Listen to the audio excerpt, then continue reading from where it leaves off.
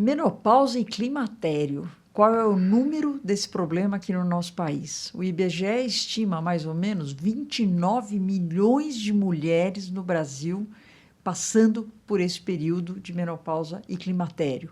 Isso é mais ou menos 28% da população de mulheres no Brasil. É muita coisa. E mais do que isso, os estudos mostram que mais de 70% dessas mulheres têm sintomas relacionados à menopausa e climatério, claro, os calorões, etc., sendo mais comum. Ou seja, é um assunto que certamente interessa a todos nós e principalmente a todas nós, mulheres que vivem nesse país. E para isso, eu, ao lado do Renato Kifuri, né, parceiro de sempre no nosso podcast R3K, Sua Saúde, Nossa Especialidade. Hoje estamos com o nosso amigo e médico, obstetra e ginecologista, Dr. Fabiano Serra. O Fabiano é doutor em medicina pela Faculdade de Medicina da USP, doutor em obstetrícia e ginecologia.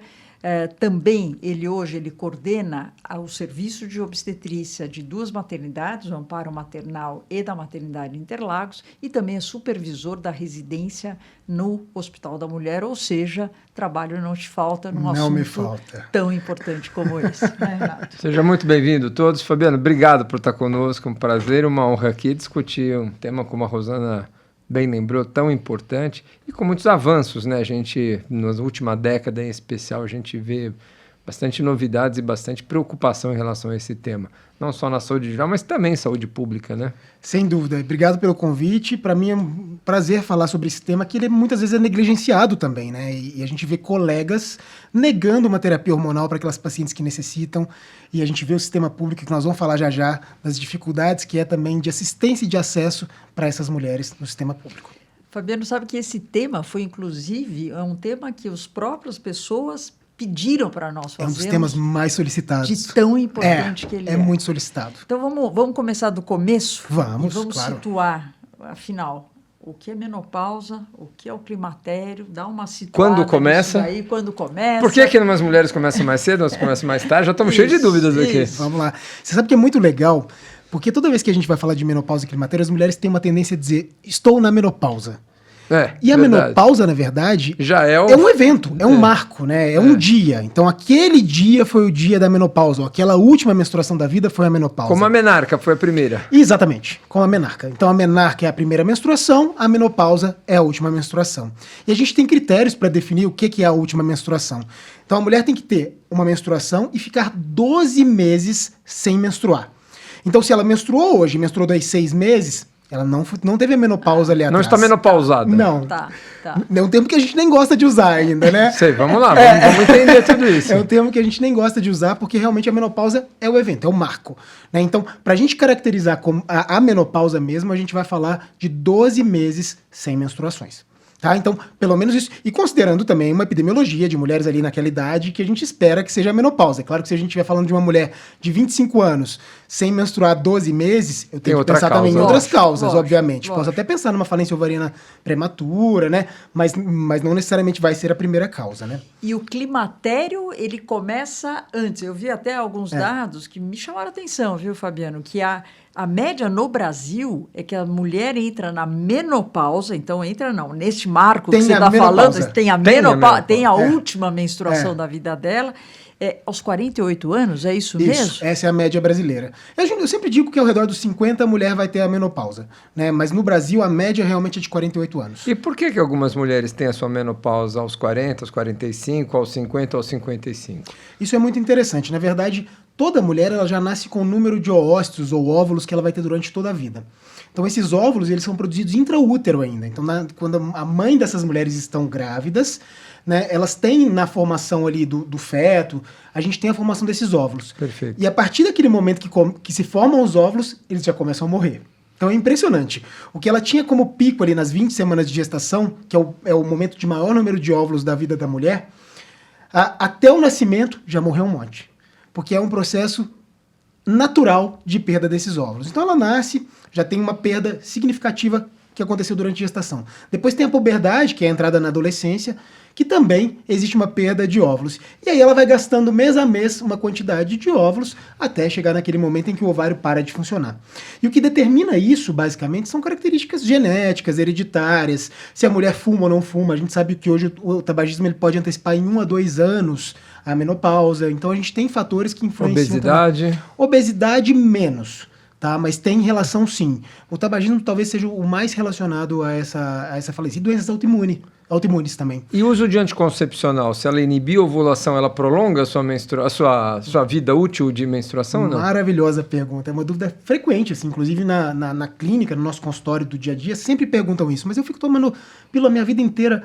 Isso não vai mudar o meu prognóstico, claro. Né, não muda nada. Não vai adiar nada. Porque esses óvulos, eles são programados. Então, essa atresia, né, que seria essa morte, essa apoptose desses óvulos, ele acontece naturalmente, tá? Então, ele vai acontecendo independentemente se toma pílula ou não. Entendi. Inclusive, se a mulher cicla todos os meses, ela recruta vários folículos, vários óvulos naquele ciclo.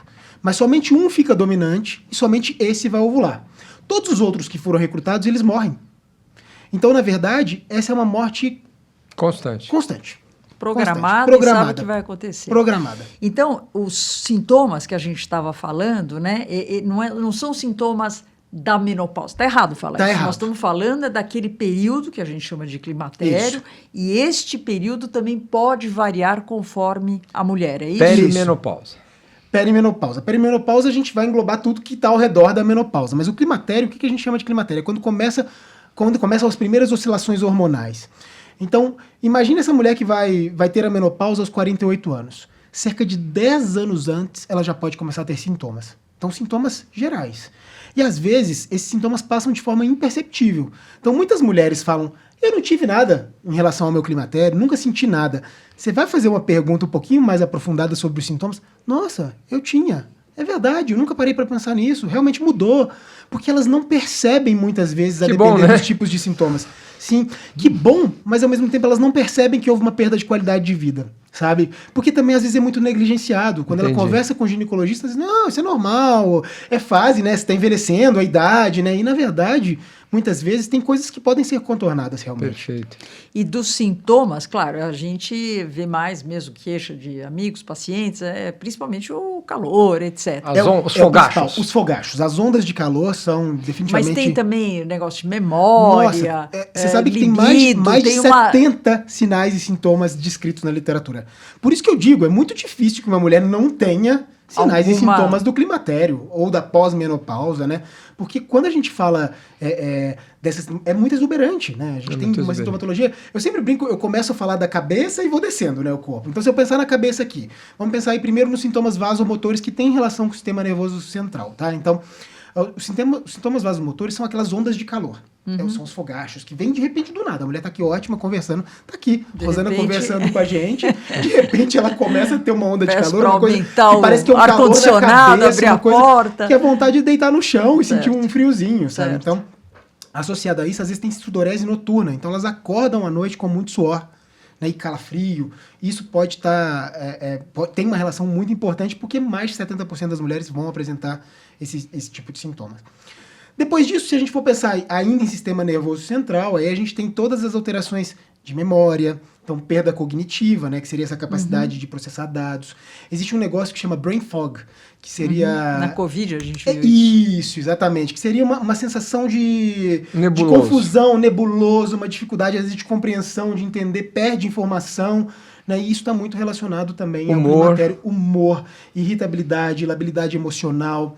Então é aquela mulher que começa a ter uma TPM absurda pré-menstrual, muito maior do que ela sentia no período da menacme, que menacme é o período reprodutivo da mulher.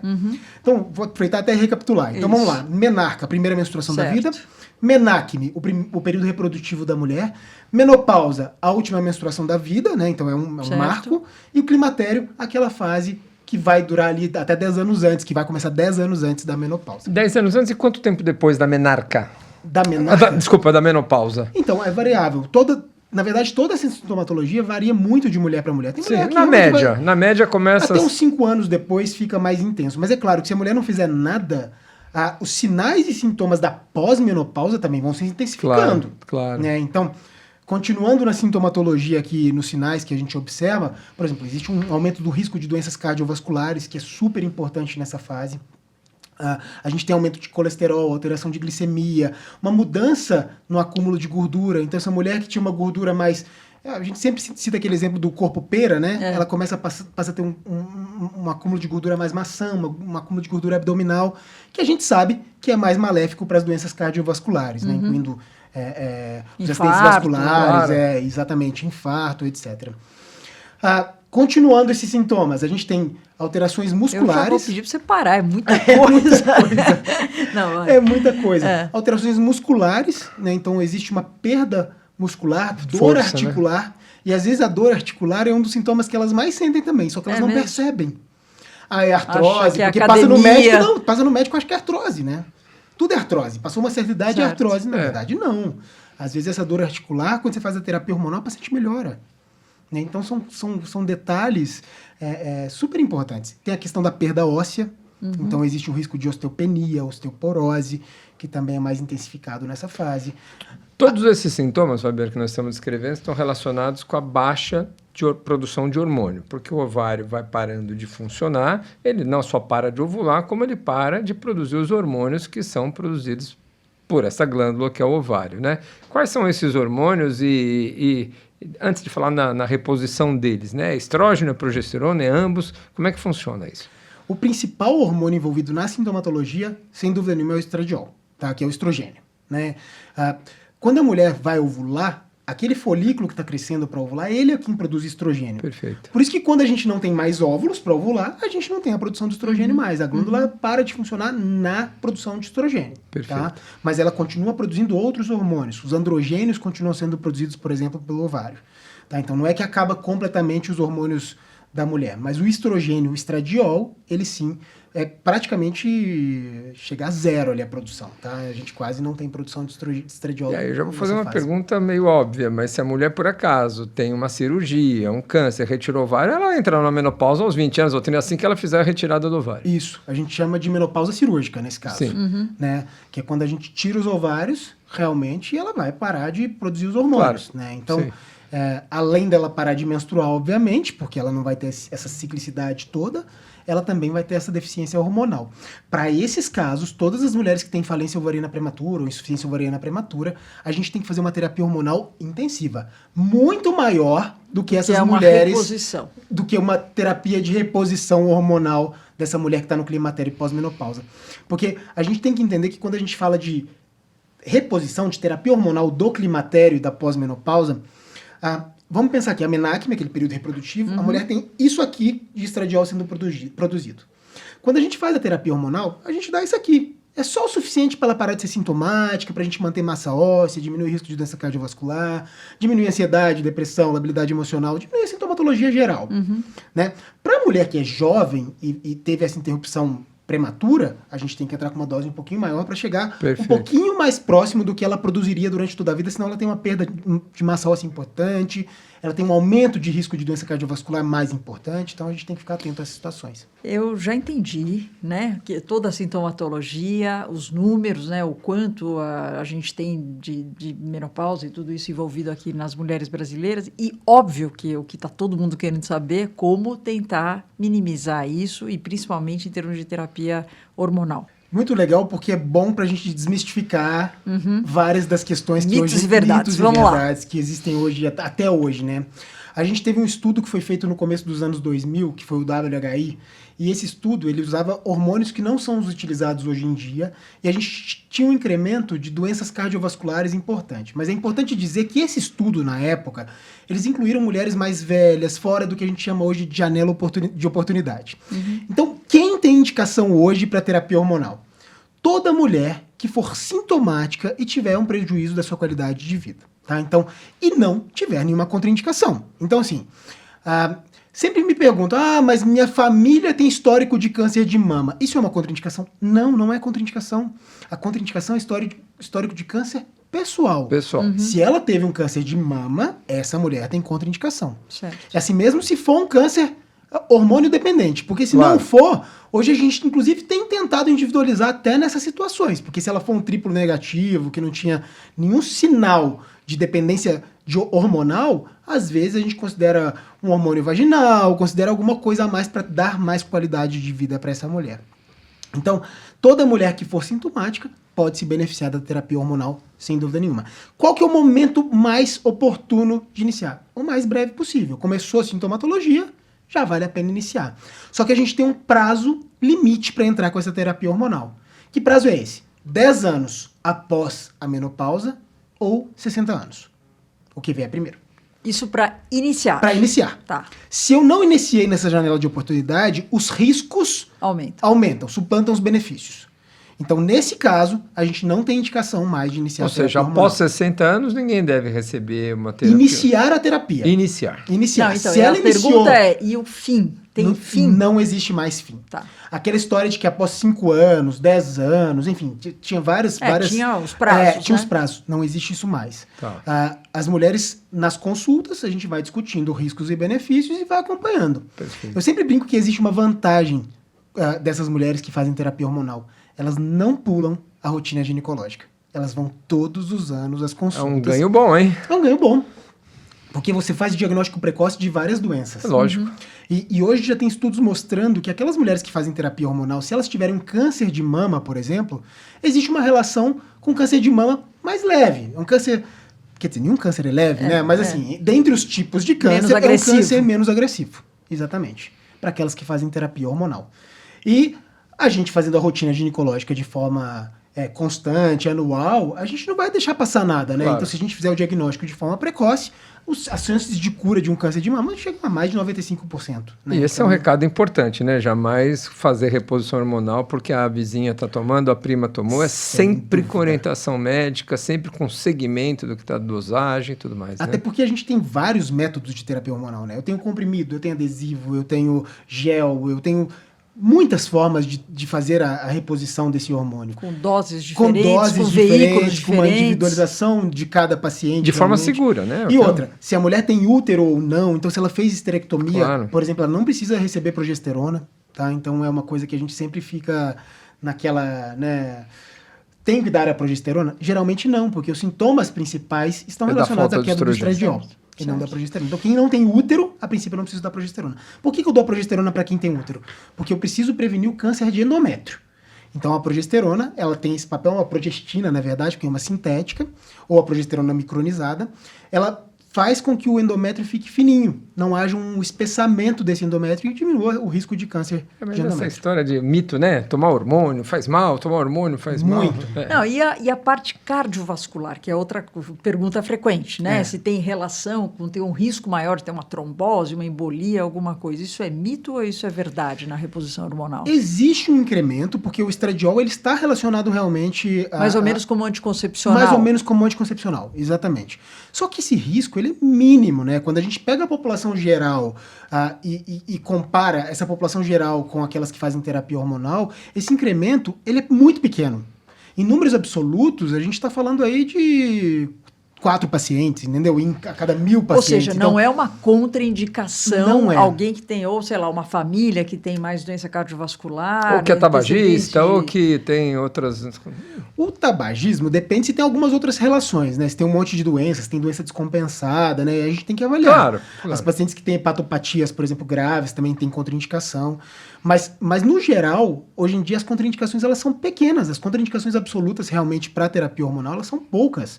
É história de câncer de mama pessoal, hepatopatia grave, história de trombose não relacionada a algum evento. Então, por exemplo, se a paciente fraturou o fêmur e teve trombose, Tudo bem. a trombose não foi relacionada ao hormônio, ela foi porque ela teve uma fratura de fêmur. Perfeito. Ou se ela teve um outro câncer que não contraindicaria a terapia hormonal e ela teve a trombose naquele momento do câncer, também está relacionada ao câncer, né? Então, a gente tem que investigar a história, Ou seja, Fabiano, o recado é converse com o seu médico. converse com o seu médico. É isso. Porque a Converse gente com o está seu vendo, a médico. gente está desmistificando um monte de coisa, mas não tem jeito, converse Algumas com o seu coisas são médico. particularizadas. E né? eu digo Pra mais, se customizar. o médico for contra de cara e você não enxergou nenhuma contraindicação absoluta, procure outro médico.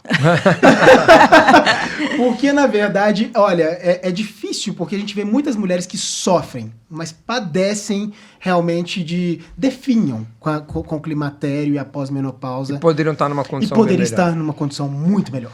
Fabiano, é claro que a gente tem um país muito desigual e com acesso à saúde de diferentes níveis e completamente nós estamos falando aqui obviamente de quem pode ter acesso ao médico. Como é que está essa oferta de reposição hormonal, de tratamento para climatério no SUS, no setor privado? Como é que está isso? Isso avança de alguma maneira no Brasil?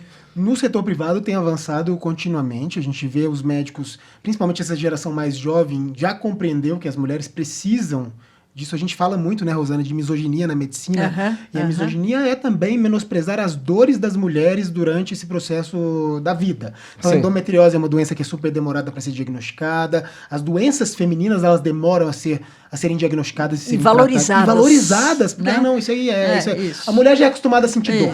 A mulher já é acostumada a sangrar. A mulher já é acostumada a ter cólica menstrual. Até TPM mesmo. Ignora, né? E não, gente. A gente tem que ter uma atenção especial a isso. Até esqueci qual era a pergunta. Se tem tratamento no SUS, etc.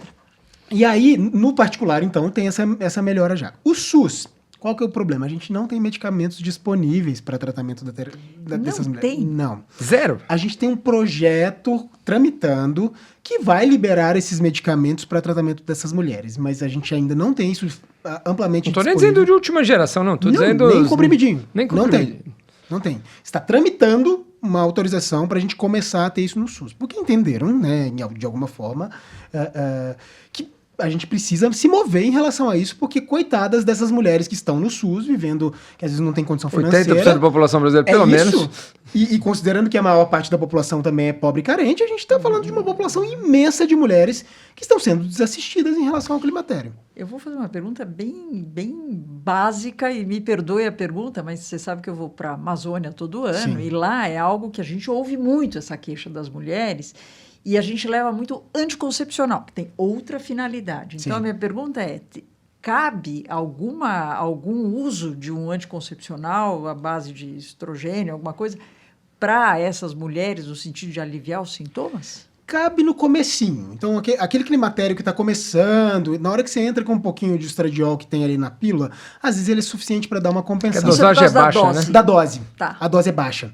Tá. Depois de um tempo, a gente precisa de uma dose um pouquinho maior para fazer os efeitos benéficos Ou mesmo. seja, não é por aí. Não melhor é por liberar aí. Melhor SUS, liberar né? o SUS. Não, porque é uma Mas para queixa aquele muito comecinho, frequente. às vezes ajuda. E a gente tem bastante anticoncepcional. E pouca alternativa, né? Não, Pouca opção de terapêutica. Nenhuma É isso que eu estou alternativa. dizendo. E as meninas em idade fértil não querem usar anticoncepcional por N motivos. Então, é algo que a gente sempre fala, puxa, vamos, né, pelo menos... Mas você sabe que é interessante que quando eu atendia muito ambulatório no SUS, eu tinha amostras grátis dos laboratórios, eu fazia parcerias com os laboratórios mesmo, para eles me entregarem a amostra grátis dessas medicações e eu distribuía para essas pacientes no SUS. É isso aí. Infelizmente, a gente faz a pequena parte que nos compete, mas a gente precisa de políticas públicas. Quer tentar melhorar a qualidade de vida da mulher, lógico, né? porque aquela Então, paciente que toda não vez é vem... o acadêmico, mas alguma coisa Porque para pra fazer. mim é impossível eu olhar para aquela mulher sofrendo toda a consulta que ela lógico, vem e eu não tentar ajudá-la de alguma forma, né? Então... Nós precisamos tocar no nosso... E detalhe, muitas têm condição de comprar a medicação também, né? Então, claro, eventualmente, claro. às vezes a gente está no SUS, mas cabe uma orientação. Vamos compartilhar decisões aqui, né? Lógico. Poxa, lógico. Isso aí. são medicações que custam 60, 70 reais. Também não é para todo mundo, obviamente, mas tem muita gente que consegue bancar isso aí todo mês. A gente precisa, obviamente, tocar no assunto da vida sexual e da qualidade da vida sexual da mulher que entra no climatério, menopausa, que muda muito, hidratação, ressecamento e tudo mais. Isso muda muito esse tratamento também? O que a sua experiência em relação à atividade e vida sexual pré e pós-tratamento? Muda muito. Para começar, a gente já tem uma redução da libido com a queda do estradiol, né? E as pessoas ficam, minha testosterona tá baixa, né? Eles gostam muito de falar, me dá testosterona. Quando, na verdade, a gente precisa dar estradiol. Se a gente der o estradiol, em geral, a libido melhora, entendeu? Eu não preciso ficar dando testosterona para todas as mulheres, né? Porque não é isso que vai restabelecer essa libido. Uma outra situação que é bem interessante é que essas mulheres, nessa fase de vida, elas começam a repensar muito os relacionamentos. Porque, às vezes, elas estão numa fase em que os filhos já estão saindo de casa, estão indo estudar fora, ou já estão trabalhando. E elas começam a repensar, poxa, será que esse relacionamento meu tá bom efetivamente? Então, elas começam a ter crises realmente de relacionamento. Tanto que a gente vê algumas separações nessa fase de vida. E essa baixa libido também está relacionada a esse momento de vida, Claro. né? Não necessariamente somente a A queda hormônio, hormonal. é. Tanto que quando a gente coloca as quedas de libido numa escala, a baixa hormonal ela não é a primeira causa. São problemas de relacionamento, é aquele cara que briga com a mulher o dia inteiro e chega na hora na noite quer ter relação sexual, enfim. São situações que as mulheres enfrentam no dia a dia que são extremamente difíceis. Mas o fato é, se eu faço a terapia hormonal para elas, eu já melhoro também a questão da geniturinária, né? Então, não só a libido melhora, como eu melhoro também a questão de trofismo vaginal, de lubrificação, às vezes de elasticidade vaginal, que Ou seja, também é conforto maior. conforto. E a gente tem a terapia hormonal, não somente ou via oral ou transdérmica, a gente tem a terapia local. A gente consegue fazer hoje, tem comprimidos e cremes vaginais, que a gente coloca para ter uma ação tópica mesmo. Então, a gente... Por exemplo, uma mulher que tem eventualmente uma contraindicação à terapia sistêmica, ela pode se beneficiar de uma terapia Perfeito. tópica. Certo. Né? Então, pelo menos a vida sexual dela, você consegue manter de alguma forma, né? Porque se a gente não faz nada, é claro que se ela mantém uma atividade sexual contínua, a vagina vai se adaptando. Mas se ela não tem uma atividade sexual tão frequente, essa vagina vai atrofiando a ponto de ela sentir dor durante a relação sexual, de sangrar durante a relação sexual. E, gente, vai chegar um momento que ela não vai querer ter relação mais. Né? Claro. Então a gente precisa cuidar disso. E para as pacientes que têm contraindicação hoje, a gente tem o laser também, né? O laser vulvovaginal, que a gente consegue também melhorar um pouco o trofismo. O trofismo, né? É, Tópico. é. Isso aí. Então a gente consegue fazer o laser de SO2. Fabiano, meio já caminhando aqui para a nossa... eu queria saber do ponto de vista do futuro. A gente está falando muito de reposição hormonal, etc., e a gente sabe que tem, eventualmente, contraindicação, receio, os próprios colegas às vezes não indicam, etc. Futuro para o tratamento dessa situação que a gente já viu que é tão marcante, né, nas mulheres. Alguma coisa diferente, alguma novidade, alguma coisa que tenha... O que vem por aí? O que vem por aí? Tem uma medicação novíssima chegando, já tem nos Estados Unidos, já está sendo aplicada lá, chama Fezolinetanto. Nossa, nome É complicado. o nome complicado. Fenozil- Fezolinetanto. Até eu tenho que parar para pensar aqui. Fezolinetanto. É um nome complicado, mas ele é muito legal, essa medicação é muito interessante, porque ela não é hormonal. E o objetivo dela é justamente inibir o principal sintoma da síndrome climatérica, que é justamente justamente as ondas de calor, Certo. os fogachos. Certo. Então ele tem uma ação no sistema nervoso central. Que via que é? No sistema nervoso central, é via oral. Oral. Tá. Via oral. Tá. E ele tem uma ação no sistema nervoso central, no mesmo local onde age o estrogênio, só que ele tem um mecanismo de ação um pouco diferente, ele é um antagonista de um neurotransmissor, e com isso, essas mulheres passam a não ter mais ondas de calor. Então, para aquelas pacientes que eventualmente têm contraindicação à terapia hormonal, isso é muito promissor. Porque às vezes as ondas de calor são muito impactantes, gente. É uma coisa que você está aqui trabalhando e de repente sua qualidade cai completamente. Ou você está dormindo, você acorda com suor que você tem você tira tudo, aí você se cobre inteira, você liga o ar-condicionado, aí você... É desesperador, gente. É uma qualidade de vida muito ruim. E essa medicação ela é muito promissora. A princípio, aparentemente vai ser meio cara no Brasil, mas eu acredito Como que com o todo passar... novo medicamento, Isso, né? mas eu acredito que com o passar do tempo a coisa vai se popularizando. Isso aí, né? Muito bom. Só a última pergunta aqui, que eu sempre tenho. Alimentação e atividade física, muda alguma coisa Claro na que vida muda. do ponto de vista de como Evitar será alguns o alimentos ou climatério? comer Como alguma que, coisa? Assim, quem hoje está, sei lá, com 40 anos e está ouvindo a gente e está pensando, além de, né, genética não dá para mudar, o que fumar dá para parar de fumar, Fumar dá pra parar. atividade física dá para fazer, alimentação, então dá uma dica para quem Agora, está com... emendando nessa pergunta, algum alimento que você coma para aliviar os sintomas de quem já está também, que deve evitar ou deve comer mais? Vamos lá. Bom, alimentação e exercício físico fundamentais. Toda paciente que faz uma alimentação regrada, adequada, e eu não estou falando de uma dieta específica com alimentos específicos, atenção, não. né? Atenção. É uma Sim. dieta... Sabe aquela dieta Menos mediterrânea? ultraprocessado, É né? a dieta mediterrânea. A dieta mediterrânea, com certeza, é a melhor dieta que se a gente pudesse escolher para o nosso dia a dia, seria esse tipo de dieta. E os exercícios físicos. Então, eles amenizam muito a sintomatologia. E também acompanhamento com psicólogo, né? Fazer terapias. Aí você tem milhões de outras coisas. Mindfulness, né? Que seria Certo. técnicas de meditação. Você pode fazer yoga. Tem muitas coisas que amenizam a sintomatologia. Tem mulheres que falam de acupuntura, apesar de não ter uma uma evidência científica tão importante, mas se faz bem para ela, tá tudo Ok, certo, vai fazer. é isso. Né? Certo. Então, existem sim maneiras de contornar e diminuir a sintomatologia. Mesmo que vá fazer terapia hormonal, essas mudanças de estilos de vida são importantíssimas para também garantir um benefício a longo prazo aí. E o que o Perfeito. Renato perguntou, se ela está com A- sintoma, algum alimento Algum que alimento alivia? piora? Algum alimento melhora? Infelizmente Chocolate, não. melhora? Melhora muito. Na verdade, esses alimentos na TPM, eles dão uma aliviada, né? Porque o corpo quer justamente um pouco mais de endorfina, né? E o chocolate traz isso. Mas a gente sabe que no pós, às vezes é até pior. Então elas consomem, melhoram e depois ficam até piores por causa desse consumo. Mas não é uma pena. Mas não tem nenhum alimento específico. As mulheres falam muito de chá de amora, que o chá de amora as alivia. frutas vermelhas. Funcionou pra couve. você? Pode continuar usando, né? São alimentos, né? Não tem problema nenhum. Mas É isso. dizer que tem uma evidência científica importante, Perfeito. não temos. A gente tem alguns fitoterápicos, né? A simicifuga racemosa, né? Que é uma planta também que elas podem tomar. Isso ajuda a aliviar também os sintomas. Mas realmente, o melhor tratamento é a terapia hormonal e depois tem esse fezolinetanto que está chegando aí. Muito bom. Excelente. Bom, conversamos, vocês viram uma conversa ótima, né? Um bate-papo ótimo, resolvemos um monte de problema, ou pelo menos alertamos sobre uma série de coisas que podem ser feitas para aliviar e melhorar a qualidade de vida das mulheres, com o Fabiano Serra. A gente sempre fala que sigam a gente, o R3K, Sua Saúde, Nossa Especialidade, nos tocadores aí de podcast, Instagram, YouTube. E, lógico, o DR Fabiano Serra, que é no Instagram, né? Isso. Que também tem dicas importantes por lá, então sigam também. Nossas redes sociais, @Renato Kifuri, @Rosana Richman. E se você gostou desse episódio, claro, fale com as pessoas, incentivem a ouvir, que tem uma série de informações muito interessantes aqui para a gente ter nessa nossa conversa. Então, só posso te agradecer por estar aqui com a gente hoje. Foi excelente, né? Uma aula aí sobre tudo. E certamente a gente vai te chamar de novo para continuar outras aulas Vamos lá, vários aqui temas. com a gente, né, Renato? Obrigado, Fabiano. Obrigado Eu que mesmo. agradeço. Prazer ter Posso dar você um aqui. último recadinho para Deve. Opa, deve. Então vamos lá, Deve. eu queria só falar mais uma coisinha então, assim.